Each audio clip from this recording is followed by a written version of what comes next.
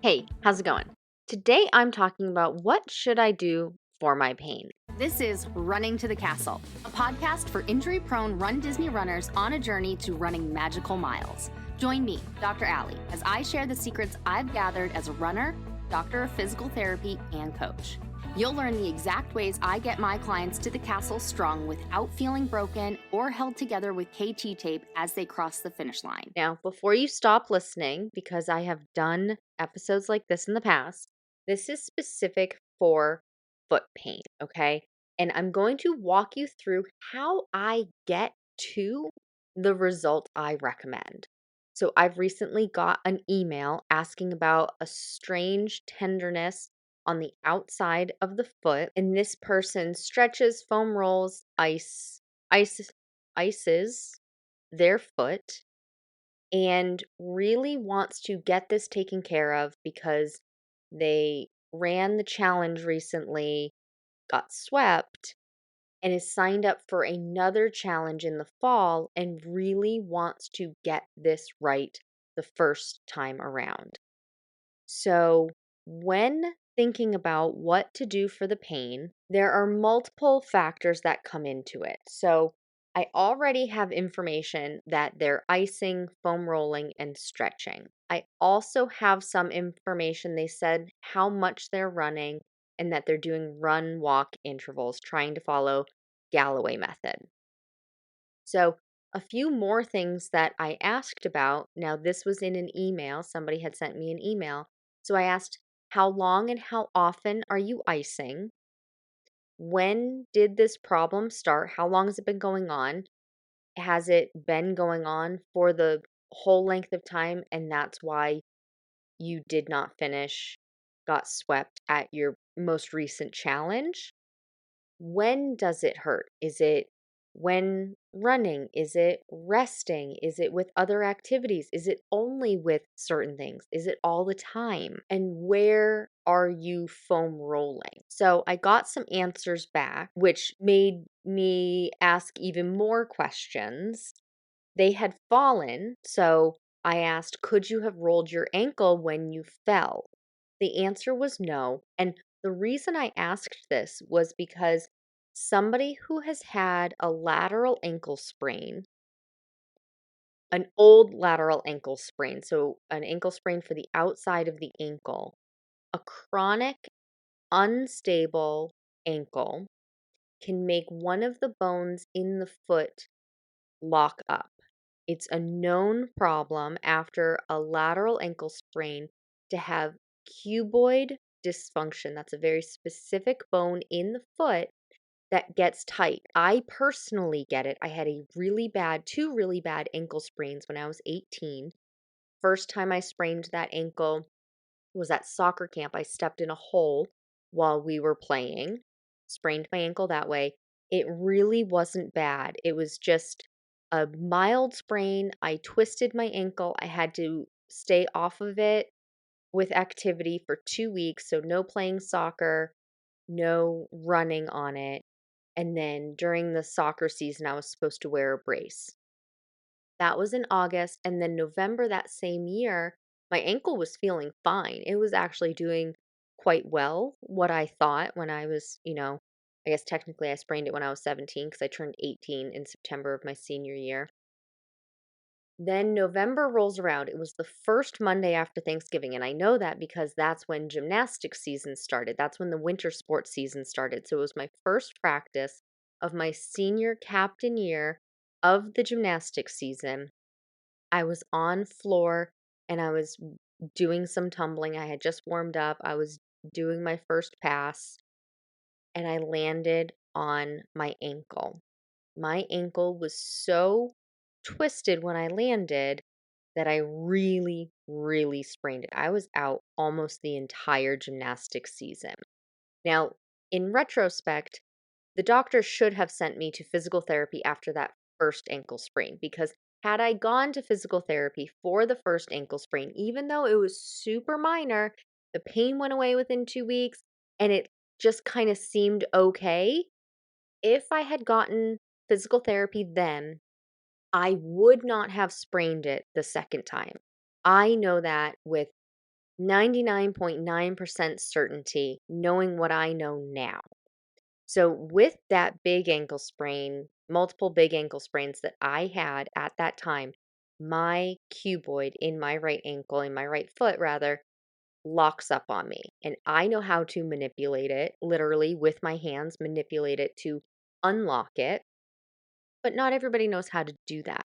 So that's why I asked. This person claims they did not twist their ankle when they fell straight onto their knees. Then I asked about what other activities they've been doing. What does your warm up look like?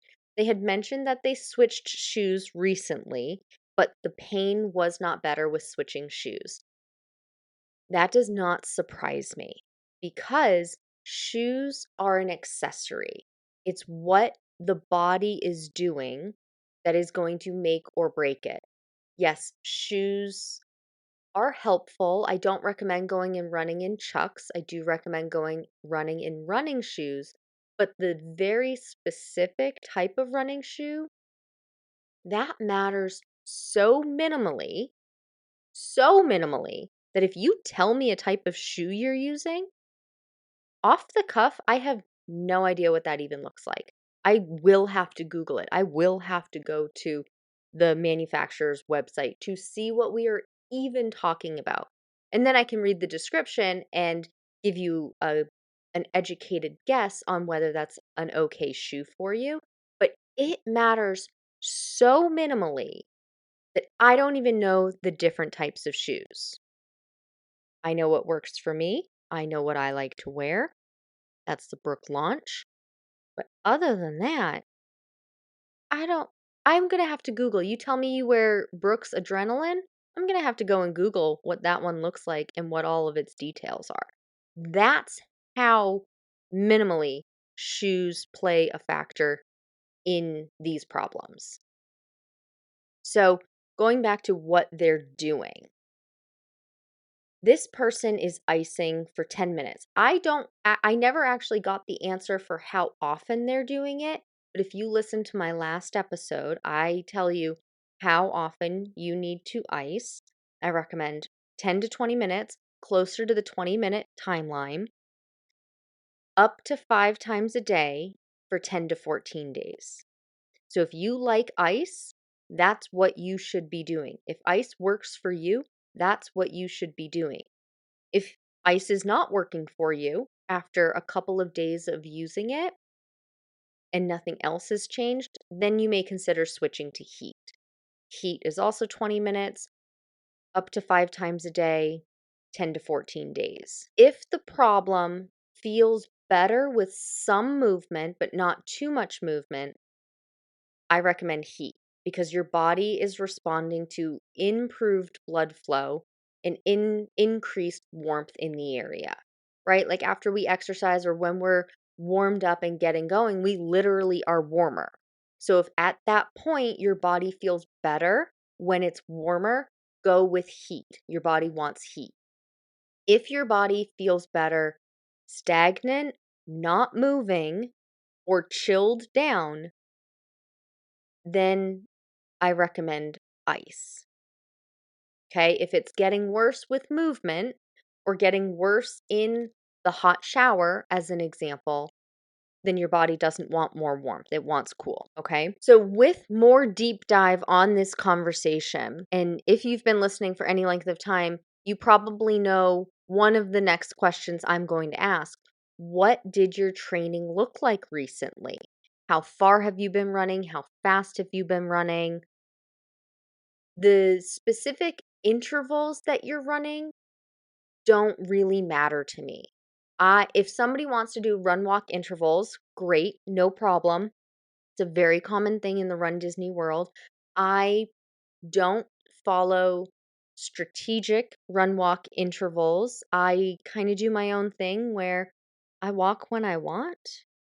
So sometimes it's I'll run a mile, walk a quarter mile, run 3/4 of a mile, walk a quarter mile, something like that, depending on how far I have to go and how much oomph I have in me. If I'm really feeling it, like yeah, I'm gonna keep going, I'm gonna keep running the whole time. But if I'm like, ugh, I don't really want to do this today, I might just be like, okay, I'm going to run 3/4 of a mile and then I'm going to walk a 1/4 mile or maybe half a mile. And I'm going to get the miles done without hurting myself. Because, sometimes if you're really not in it, you're not really paying attention. That can be a recipe for disaster.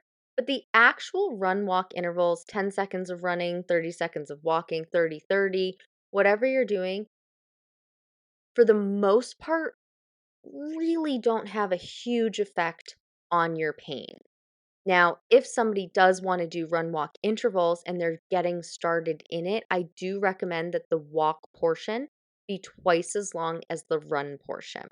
So if you're choosing to run for 30 seconds, I recommend the walk portion be a minute. But if 30-30 is working, we don't need to change it. But what can affect it is how fast you are running during the run portion.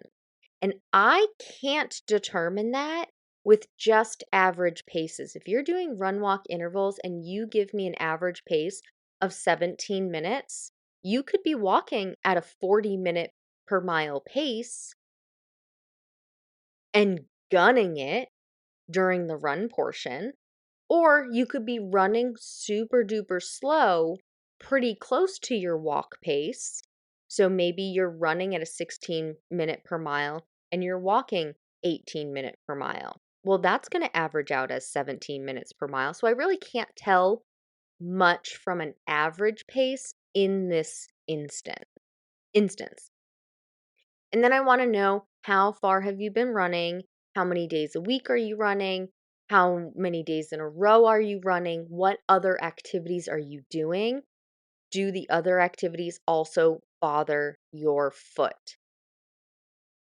Because if the other activities also bother your foot, it could just be a pressure thing. Like your body doesn't like pressure through it. And then we need to look at other things. Is there a fracture? Is something broken? Then we might need x-rays or MRIs. If the other activities don't bother it and it's just the running, okay, now it's less likely to be a fracture or a break of some kind. So that's good news. So we definitely there are so many questions getting to the answer of what should I do for my pain. And if I have the time, I will go through this and answer these questions. I happen to have the time this week because I am starting up my new program, Stronger, Faster, Finisher. So I have a bunch of one-on-one calls, but I think this week I had 4 as opposed to, the God, I don't even know. I'd have to look at my calendar how many I would normally have. 6 or 7.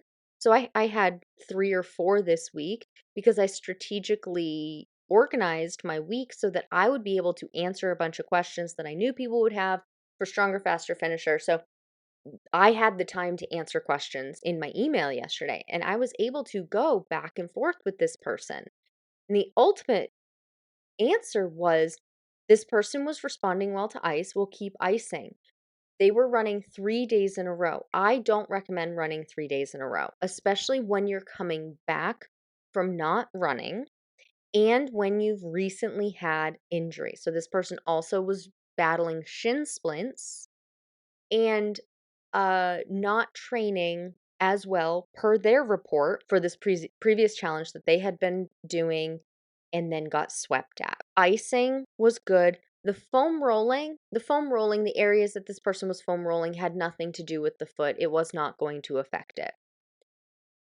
The stretching, we didn't get into the nitty-gritty of what stretches were happening, but that didn't matter as much because the area of the foot that was bothered, typically if they didn't roll their ankle, the muscles and tendons in that area aren't getting stretched out with traditional stretches. You'd have to be doing something really strange that is not a traditional stretch to be stretching that area. So I didn't need to get into the nitty-gritty of it, especially with the other answers that were coming back to me. So ultimately, for this kind of thing, if you are thinking, what should I do for my pain? Well, you need a pain modality. You need a pain relieving modality. So that's ice, heat, hot Epsom salt bath, ice bath, TENS unit, massage, and foam rolling, something to handle the pain. You need to use it the proper amount of time over a course of the proper amount of days. So, ice and heat 20 minutes, up to 5 times a day, 10 to 14 days, things like that.